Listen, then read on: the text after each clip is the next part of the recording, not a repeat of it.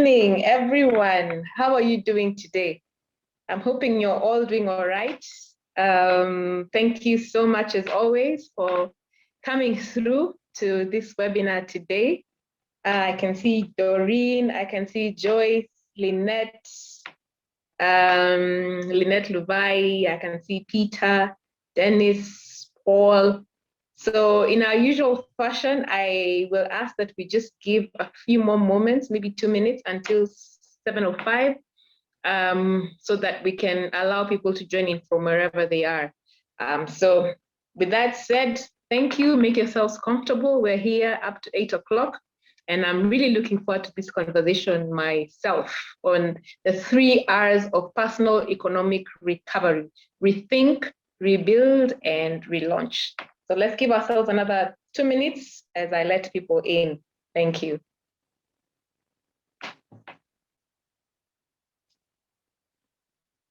Okay, so I can see Ida there coming in. I can see Loketo. Loketo has now come in. Thank you. Richard coming in. Welcome.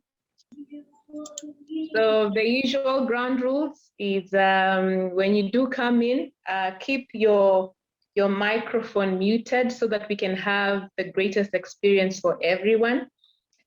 Please keep your videos off. If you really want to keep it on, make sure you're not doing anything we don't want to see. Keep it kosher. So my advice is that you keep it off. Yeah, it's easier that way. Let's see who else we have here. We have Tom. Welcome, Tom Muliwa. Welcome, Paul. We have Dennis. So Dennis had said. So let's give it 1 more minute.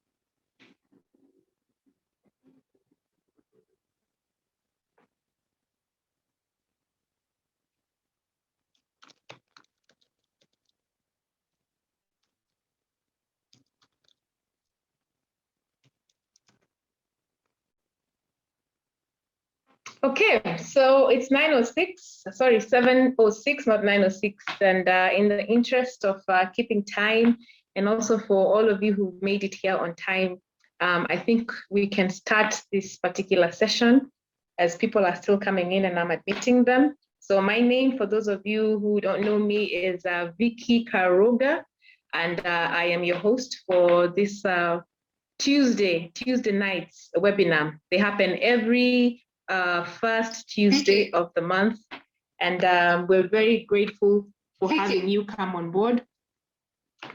So let's see, who is Wale? Today we are very fortunate to have Dr. Wale Akinyemi joining us today, and he's an organizational culture expert and chief visionary officer at the Street University.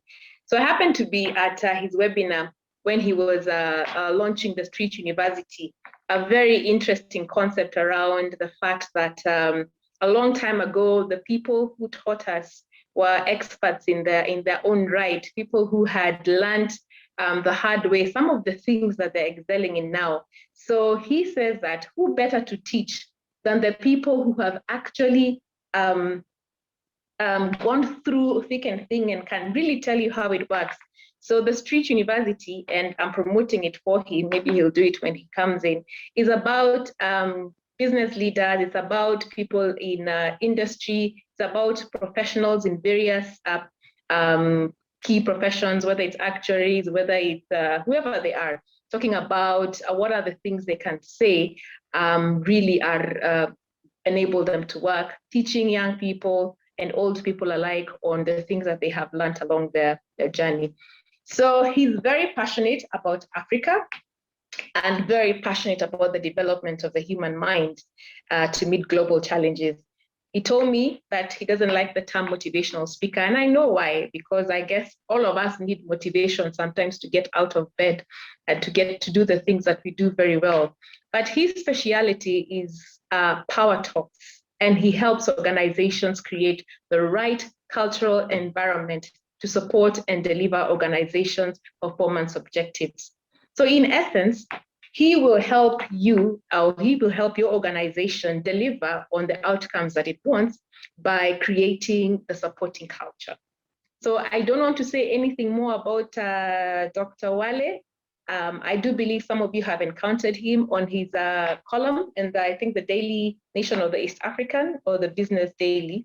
I think Wale, you need to help me on that one. Without further ado, Dr. Wale, thank you so much for agreeing to be part of this, and welcome to Current Country Club webinars. Thank you so much for having me. It's such an honor to be here, and I don't take it lightly. Thank you very much for the opportunity. And when I was asked, when Vicky spoke to me about this and the 3 hours of personal economic recovery, it's because you look at what has been going on in the last 2 years. I was talking to somebody and they said, you know, every time, no, actually, I found out that anytime I was talking and I said, oh, last year actually meant 2019, because 2020 literally did not exist. And that has affected a lot of people. I would tell you, in my case, like you heard, my business was 100% contact. So I'm either in a boardroom, in a training room, having sessions, and then COVID happened. So 100% we were hit. But, you know, it could have been worse. And I would tell you how we got over this and what we have been doing. In fact, it's been my busiest period because a lot of people, seeing the way we maneuvered a lot of things, began to reach out and said, please help us. So we started a one-on-one. We discovered so many people were now stuck. They really didn't know how to start again. And so I started like you heard, we started the street university, which I will talk about. And then we now began a more intense one-on-one program for people, leaders and all that, who found themselves stuck and really did not know how to do. So we call that Reimagine Yourself. It's a 4 to 8 weeks program where we help people to understand themselves, define their brands, and help them develop a personal strategic plan, at least for their lives, for the next 2 years. Because you see, what happened was a lot of people had plans for their business, but when it comes to personal life, we don't know what to do. So when we say rethink hours of personal economic recovery, the first R is rethink. The second R is rebuild. And the third R is relaunch. Let's start with rethink. To rethink means to think again. Think again. And it's very simple, actually. But why do we need to think again?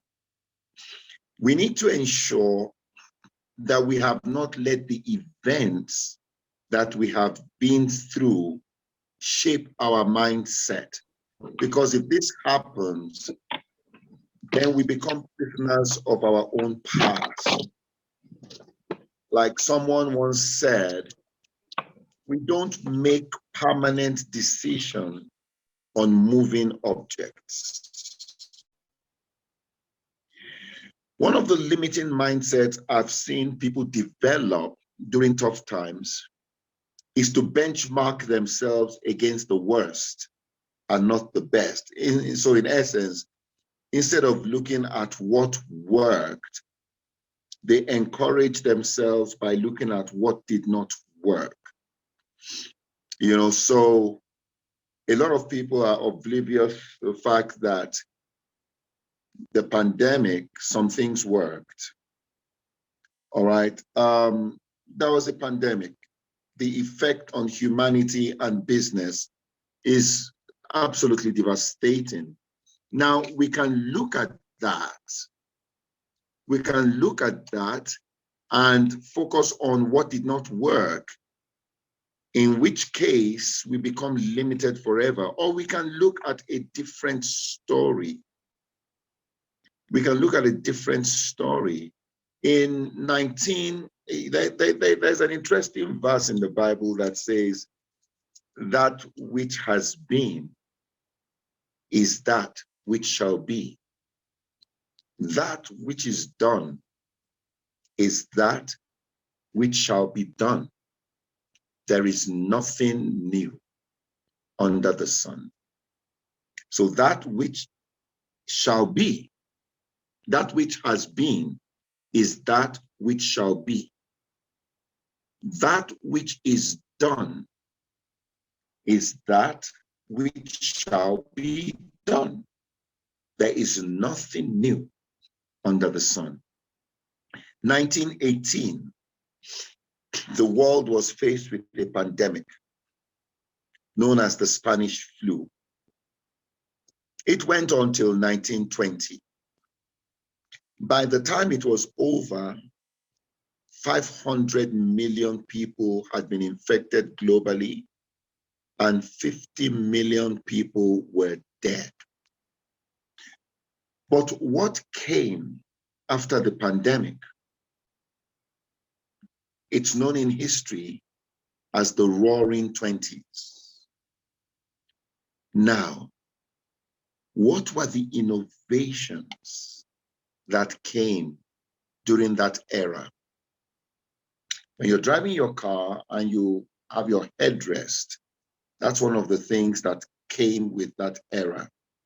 Traffic lights, water skiing, the bulldozer, the instant camera, cheeseburgers, penicillin, the electric blender, the vacuum cleaner, and even the television set. These are innovations of the Spanish flu. These are all innovations of that pandemic. And history is about to repeat itself, but only for those who are rethinking. Because, a crisis is really too good an opportunity to waste. In a post-COVID world, I believe innovation is going to surge again. This is not a blind prophecy. We're talking about facts from history, that after a major crisis, there's always a major innovation and development leap. So I believe the first thing we need to rethink is to rethink our thinking. We need to rethink our thinking. Every crisis is the breeding ground for opportunity. Like I said, our whole business model was based on physical contact. But when physical contact was no more there, what did we do? We had to rethink.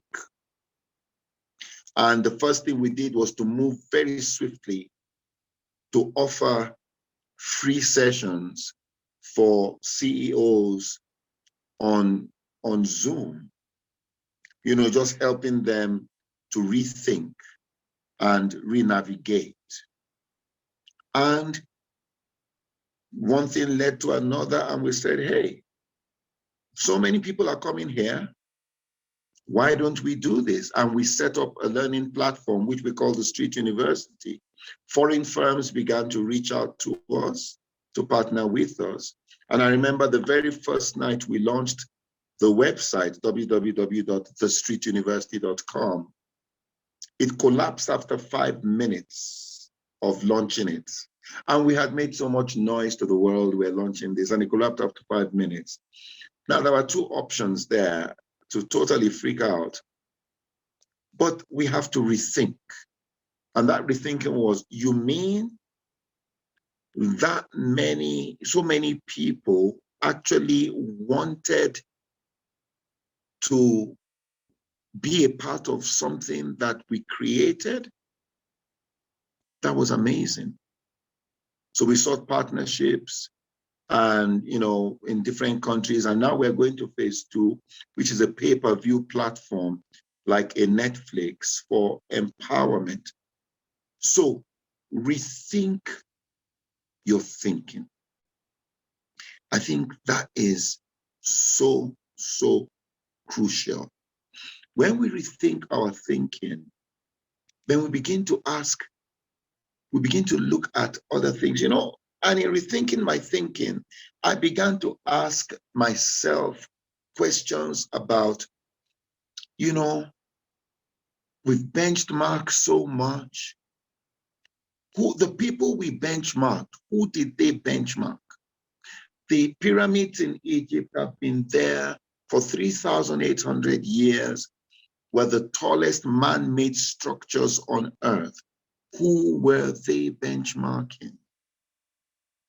1863, I believe it was, when the London Underground was started.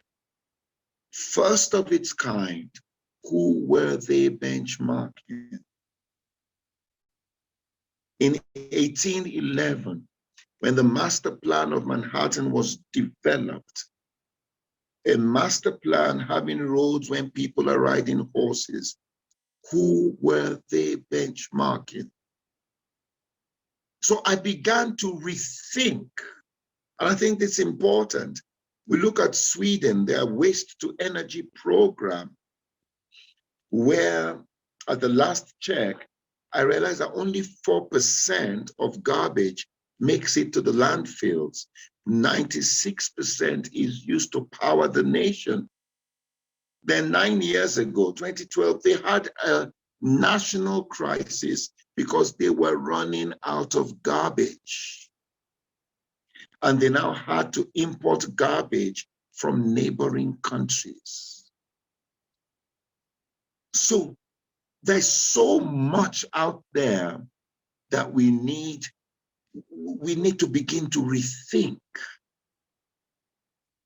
We need to rethink. I mean, Google was the 18th search engine, 18th, yet became the dominant one.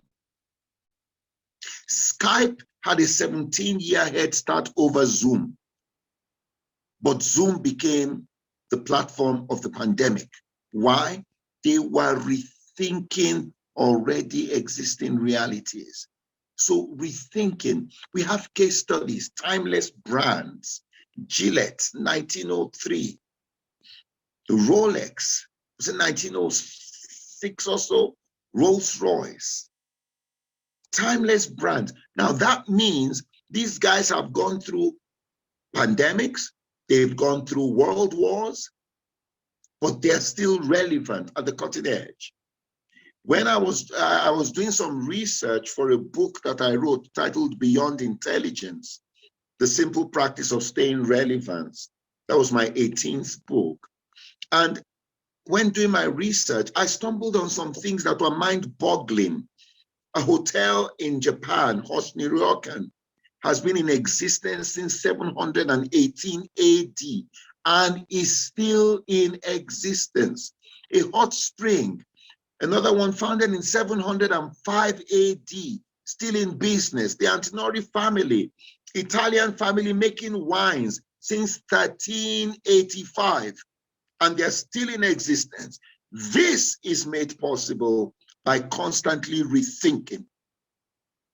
So for them to still be in business, it means somehow they've managed to stay relevant.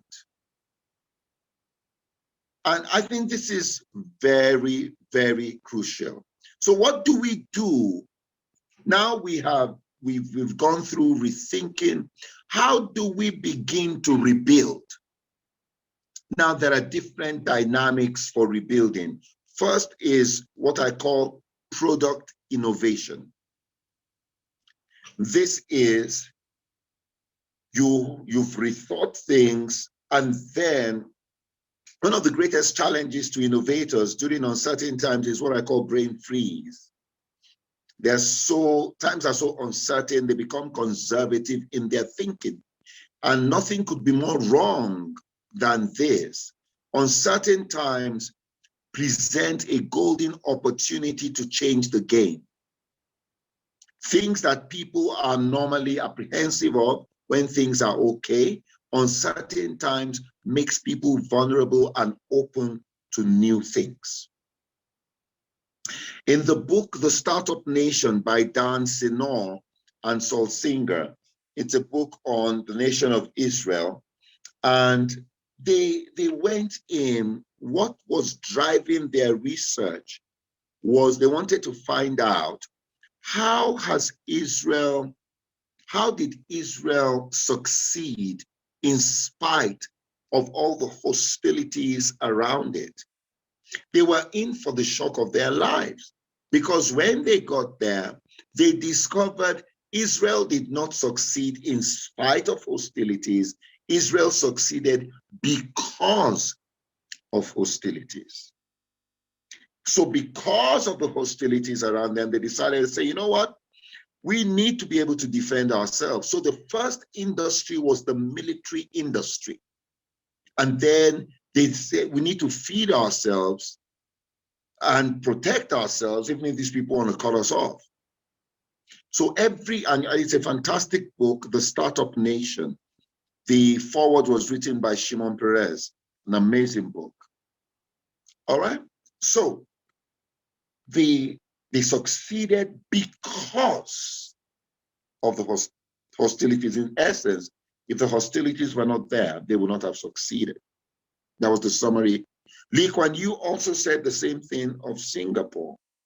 And then when we look at an innovation like M-Pesa, it's wonderful, but would not work in an environment that has already established payment platforms that work.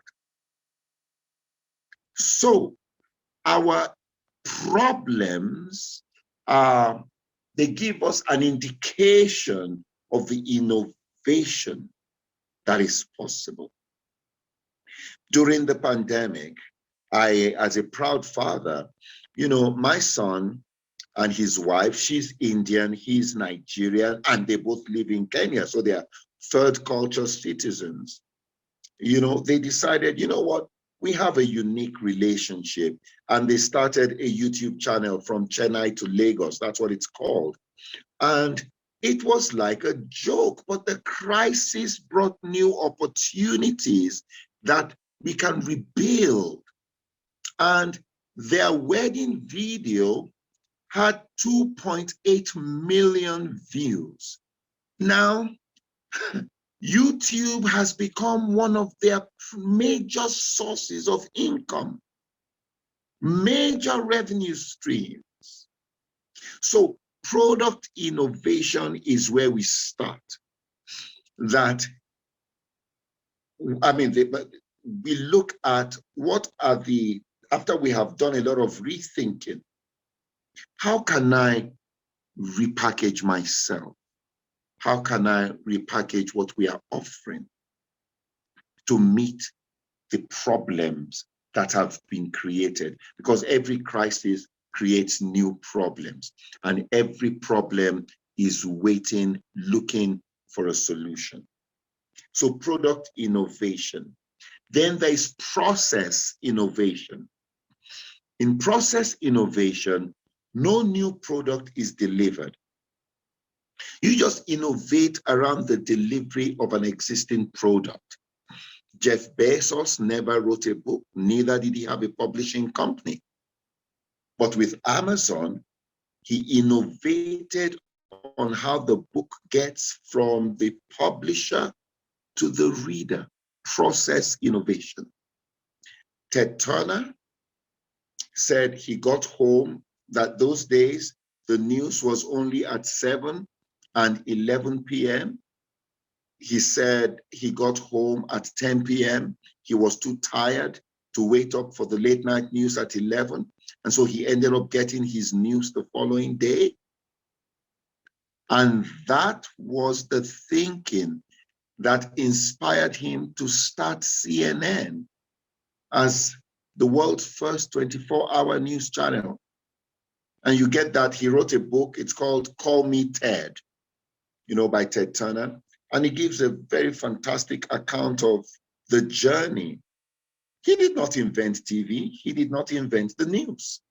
What he just did was process innovation. Just like we have apps like Glovo, they don't do the cooking, all right? They are not the consumer, but the process. And we saw a lot of those guys really shot up during COVID. When you look at some of the unicorns in Africa, and a unicorn is a company that has a valuation of over $1 billion. You look at Flutterwave, you look at InterSwitch, you look at Jumia, and these are companies, incidentally, those three companies are Lagos companies, Nigerian companies. They are process innovators. They're not creating anything. Their innovation is along the process. So even if you're not creating something, you can still be an innovator, a process innovator. Now, after we've done process innovation, another thing we can look at is service innovation. So we've talked of rethinking, but now we're in the rebuilding and relaunching phase where we think product innovation, process innovation, service innovation. Now, we are not innovating a product, but we are innovative in the experience that we are giving customers. We are innovating, very innovative with that experience. Because you see, good products and services will produce customers. Good experiences will produce ambassadors. And many people forget, they may forget what they buy, but they will never forget how you make them feel. And that's why there is a major difference between the customer of yesterday and the customer of today. And if you don't understand that, you might get into trouble. Because you see, the customer of yesterday was very patient, very forgiving, very uninformed, and had limited options. But the customer of today is a totally different ballgame. They're highly impatient because of the instant environment in which they operate. Very unforgiving because social media has made everyone a media house. So both the wise and the foolish have a voice. They are very informed because they probably know more about your industry than you do. They have very many options. Think of the people within a 1 mile radius of where you are that offer what you are offering. And they are very sensitive, and this is important. This is where the experience comes in. These are the same guys, this customer of today, that thrive on likes and follows. These are people that can get depressed if they post something and you don't like it. Now, they want to see the same thing, emotion that the likes and follows do to them. They want to see that replicated from social media to the real world. If they don't get that same experience, you might lose them. There's a very, very lovely case study of Kylie Jenner from the Kardashian family versus Snapchat, a social media platform. She was 21. Snapchat changed some features on their platform. She did not like it. So she tweeted, so does anyone else not open Snapchat? Or is it just me? Oh, this is so sad. She tweeted within 24 hours, this was in February 2018, within 24 hours, Snapchat lost the value of $1.3 billion. You see, a society, anyone who underestimates the power of the customer of today, does it at their own peril. But it creates an opportunity for you to be innovative in the kind of experiences you're giving people. Because at the end of the day, people buy people. And one of the things that we have had a lot of, we've seen a lot going on, is helping create the right experiences. Our goal is to create ambassadors and not just customers, because customers are fickle. All right, ambassadors are there to stay. And so we've been helping a lot of organizations transition from the old notion of customer service into a more relevant notion of ambassador service through the experience. All right. And oh my God, CEOs get very excited with us because they discovered something, that service innovation is the most cost-effective of all innovations. It requires little or no budget. All right, it just requires thinking. So we've talked about product innovation, we've talked about process innovation, we've talked about service innovation. Then there's another place where we can innovate, and that's innovative partnerships. And that's a very powerful tool because it introduces a multiplier effect. So everywhere you look, you're going to see innovative partnerships at play. I have a Hewlett-Packard laptop with an Intel processor inside. You have Beats audio speakers running on Microsoft, or a Boeing 747 running on the Rolls-Royce engine. Innovative partnerships rule the world. You pick your phone today, you got your camera, voice recorders, different applications, all produced by different people. And the ability to blend all these masterpieces of creativity and innovation together into one platform is what makes the platform unique. So we need to constantly ask ourselves, all right, who can we partner with to increase the scope of what we're doing? Like I said, we partnered with some providers in British Columbia, some providers in Silicon Valley, and now we're partnering with some other, people from different parts of the world. All right. So that's very, very important. You need to ask that. Again, it's a question you need to ask yourself constantly. Who can we partner with? Innovative partnerships rule the world. And I think that's the new normal. I like to swim, and sometimes when I swim out, I take a boat, go out to sea and swim, come out of the boat and begin to swim. It's so quiet. It is so quiet. And the question is, where are the noisemakers? You know where they are? They are at the beach. They can't swim. Now, if I happen to bump into anybody else out there, that means they can swim in the deep water like I can swim. And so the language of the beach is competition. The language in the deep is collaboration. And as a personal thing for myself. I keep swimming out in my innovation. If I am hearing the noise from the beach, it means I have not gone out far enough. All right? And then we need to be flexible, flexibility. January 2010, there was an earthquake in Haiti. 316,000 people died. Everyone in the capital lost someone. It was 7.0 on the Richter scale, lasted 60 seconds. The government had to operate from the parking lot of a police station, and life really never got back to normal. The world raised millions of dollars to support.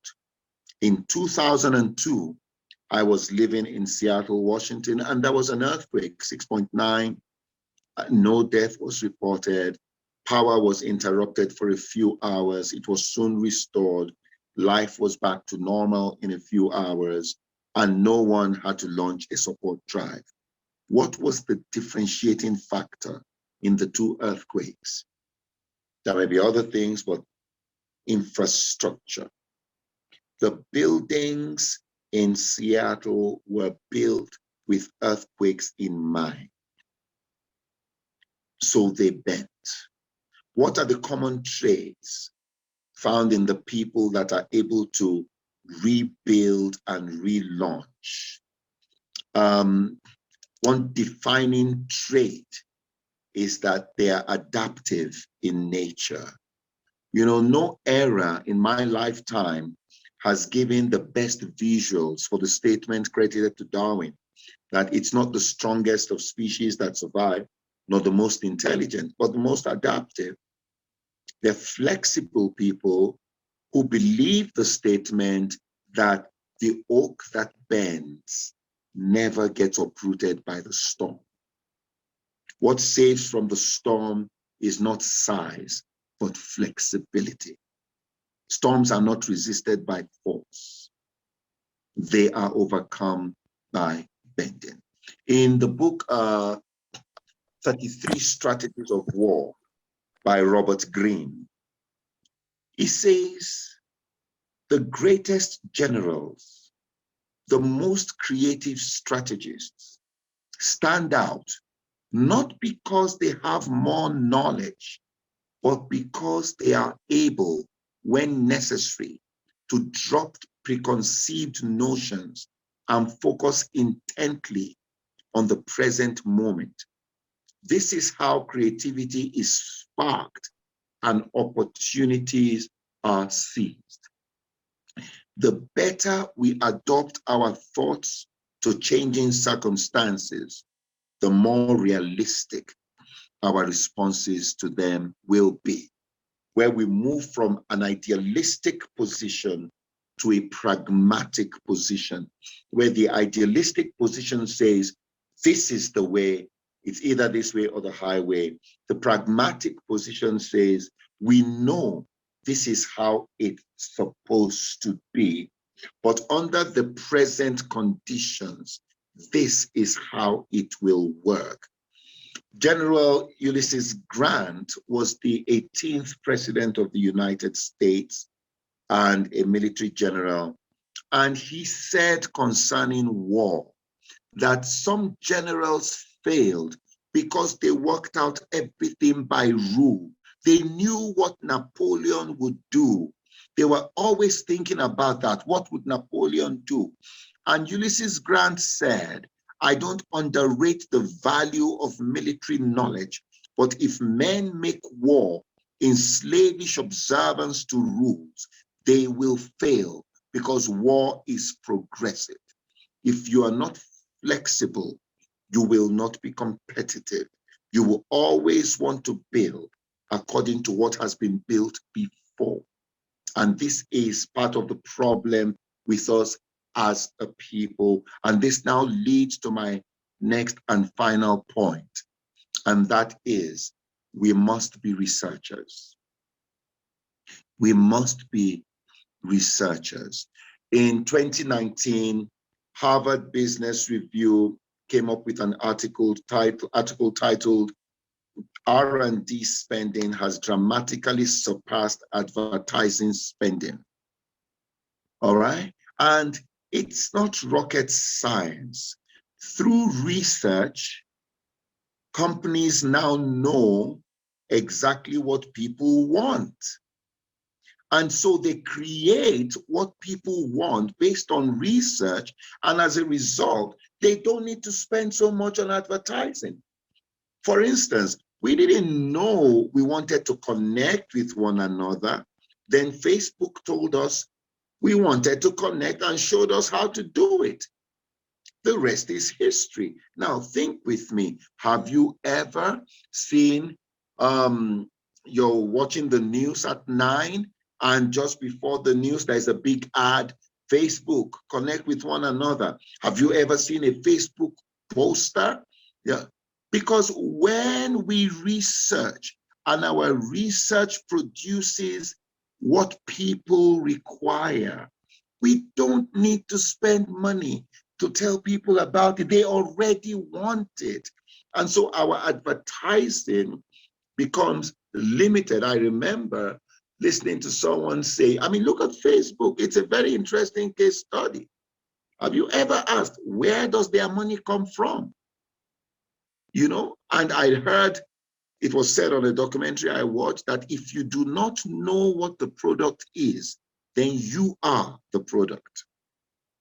Now, so in my research for my book, I now began to look at, what companies spent on research in, between the year 2018 and 2019.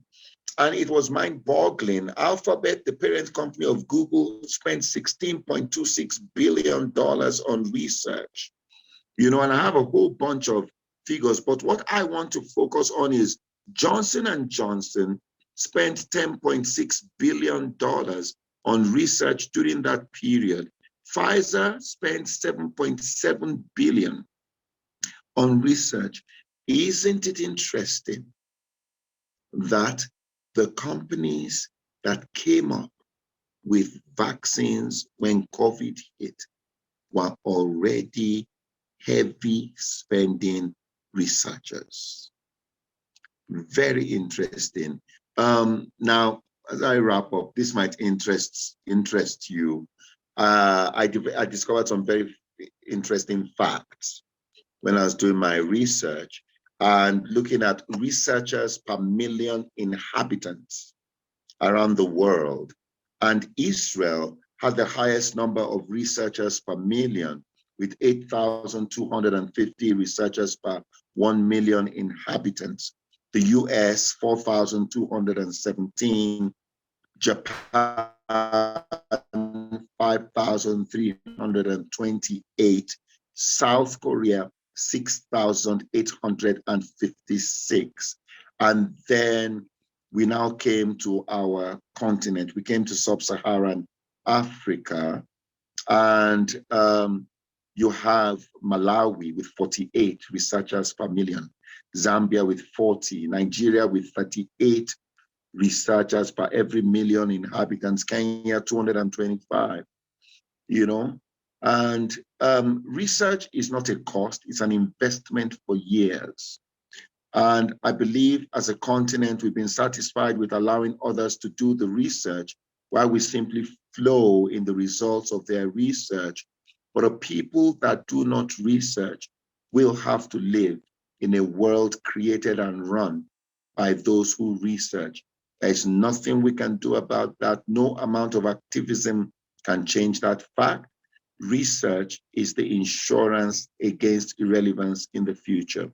So I believe with these few words, rethink it, rebuild it, relaunch, innovate. If you cannot innovate a product, innovate the process, innovate the service, innovate the partnerships and research. Thank you very much indeed. Whoa, thank you so much, Wale. So many things to learn, so many things that are quotables and that I can just keep speaking on. Your last point there, I don't know why you brought it forward. We seem to have a lot of researchers in Kenya. looking at the rest of the continent? Does that mean we are also going in the right direction? Perhaps, I don't know. What do you think? I would say, don't benchmark yourself against the worst.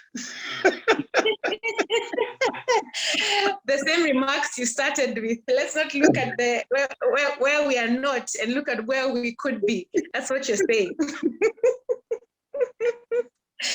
Okay, so I'm going to invite the members to just please feel free to put in any questions on the chat. If you want to ask in person, just put up your hand and I will definitely call out your name. And as we wait for the questions to come, I just wanted to ask, now bringing your conversation closer home, and I've heard you talk about the Street University. I've heard you talk about the conversations you're having with chief executive officers, business leaders, on what they can really do to rebuild, to rethink, and to relaunch. And I know sometimes people struggle with looking at the macro level, the big business. Is there any business case that you could share with us that you have seen turn around on utilizing the same concepts you shared? Maybe might not be as big as we expect it to be, but something that you can share with us, and maybe some of the people here in business or in career can also relate to. Oh, absolutely. I will talk about even here locally. Unfortunately, because of NDAs and all that, I cannot mention, specifics. But there was a bank that immediately after COVID hit, we now had this whole rethink journey and rethink the customer, rethink everything. And then we now said, fine, so let's now rebuild, and we found out that, look, they were constrained where cash was concerned, but we decided, let's rebuild, let's innovate the experience. And that was it. And they had their best year ever, and they had the figures to show for that. I was in the news. They had their best year ever. So if you know, you know.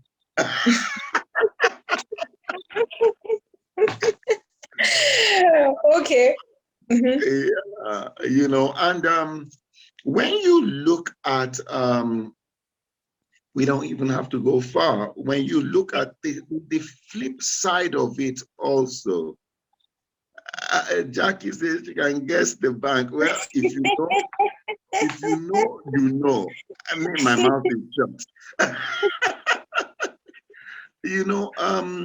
When you look at even things like some companies like I talked about, let's look at Gillette, something as simple as Gillette. Now, they have been in existence since 1903.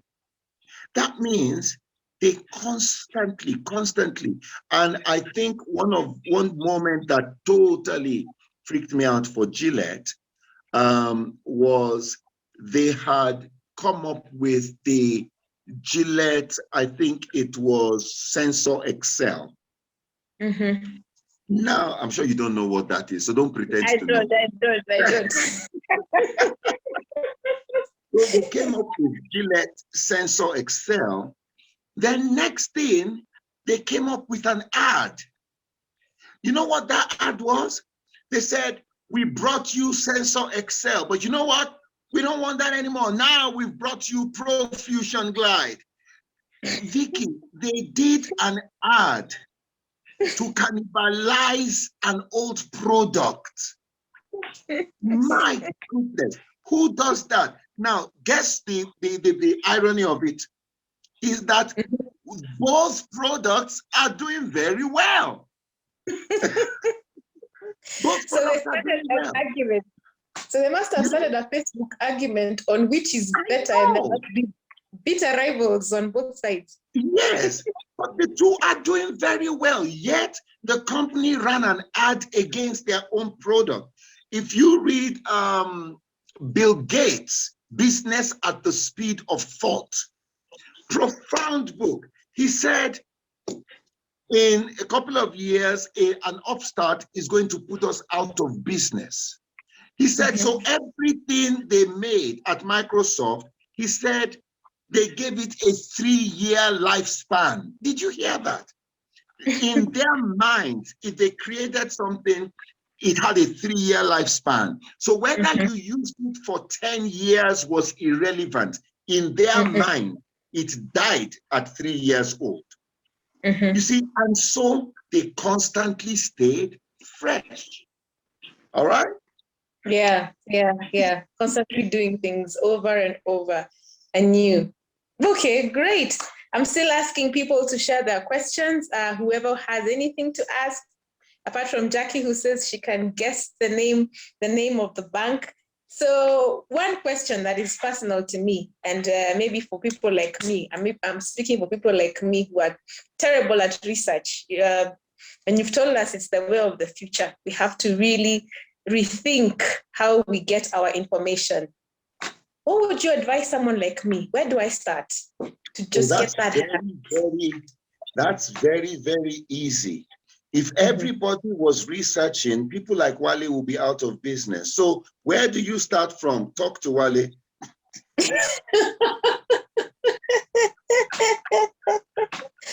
Is Wale the one who's going to do the research for me, or is going to teach me how to research? Yeah, we do a lot of research for people. I will even research for you about yourself.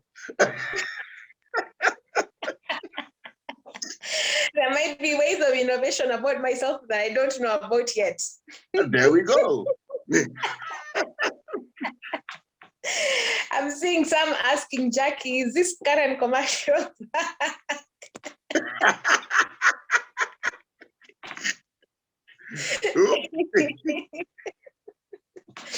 I see. So I guess the message you're sending along is this, that if you do not have it, then look for it. Look for people who can help you do it and help you rethink through it. Possibly even help you understand what kind of research you need to be into, because we could be also researching the wrong thing. That's why I told you my one-on-one, which we call Reimagine Yourself, I did not know it was going to become what it became. You know what, Vicky, I have people from Lebanon. I have people from all over the world. I'm working crazy time zones because everybody suddenly realized, and one of the things I learned was that every champion has a coach. And not that the coach can play better than you. The coach is just able to see your blind spots and help you. It's like a midwife to help you deliver, you know? And so I saw that, my goodness, that is really, really big. And one of the things I actually want to do now is to actually begin to train more people to be able to enter that space, because it is a very massive space that people are crying out for help. Having champions get coached. And I think we see that in a lot of the professional world as well. I guess, I don't know, but we imagine if we want to also move big leaps, we do need someone who's going to be there with us. Absolutely. I echo that sentiment. Yeah, I echo that sentiment. Send me an email, wale@thestreetuniversity.com. Yes, you can put that on the chat. Wale at the Street University. I'm on my phone. Yeah, I'm on my phone too. wale@thestreetuniversity.com.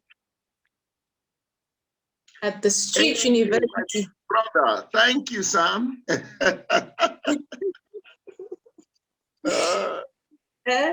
Yes, I'll put that later. But I guess everyone has caught it. If you do want to reach out to Wale, you want to get a book from him, or you just want to have a session where you reimagine, rebuild, and relearn or rethink, he is available at wale@thestreetuniversity.com. Of course, you can also reach out to me, and I will make sure that I get you connected. You know, I'm also very connected to some people. Wale, I'm also going to be doing research on you as you're doing research on me. All right, I think this is the point where, as the gracious host that I am, I thank you so much for agreeing to be part of this discussion at the club. And I'm really hoping that the people who've come today have gotten great value. I know I did. It's always been a pleasure listening to you. And what I love about your talks, what I love about you is the fact that you anchor most of your discussion around facts. You anchor your discussion around things that you have researched on. And you give us for foragers, I call us foragers, people who hunt for information everywhere, not really knowing where to get it. For foragers looking for information, it's really a breath of fresh air when we can get someone who speaks to reason and to logic and to help us grow our person, our organizations, whatever that may be. So let me thank you so much, Wale, for being with us, and wish you all the best. This is your time you've given us. We don't take it for granted. It could have been anywhere, but you chose to be here with us. Thank you so much. Thank you very much for having me. Right. Okay. So for the rest of the people who joined this call, I hope it was as much value as it was for me. And I do hope we will see you in the next one, which, as I said, the first Tuesday of every month. And I look forward to being your host again. So thank you so much. Feel free to leave at leisure, but there's no disco music this time. We're just going to be quiet and allow you to leave. Thank you so much. Take care and have a lovely evening and the rest of the week. Bye.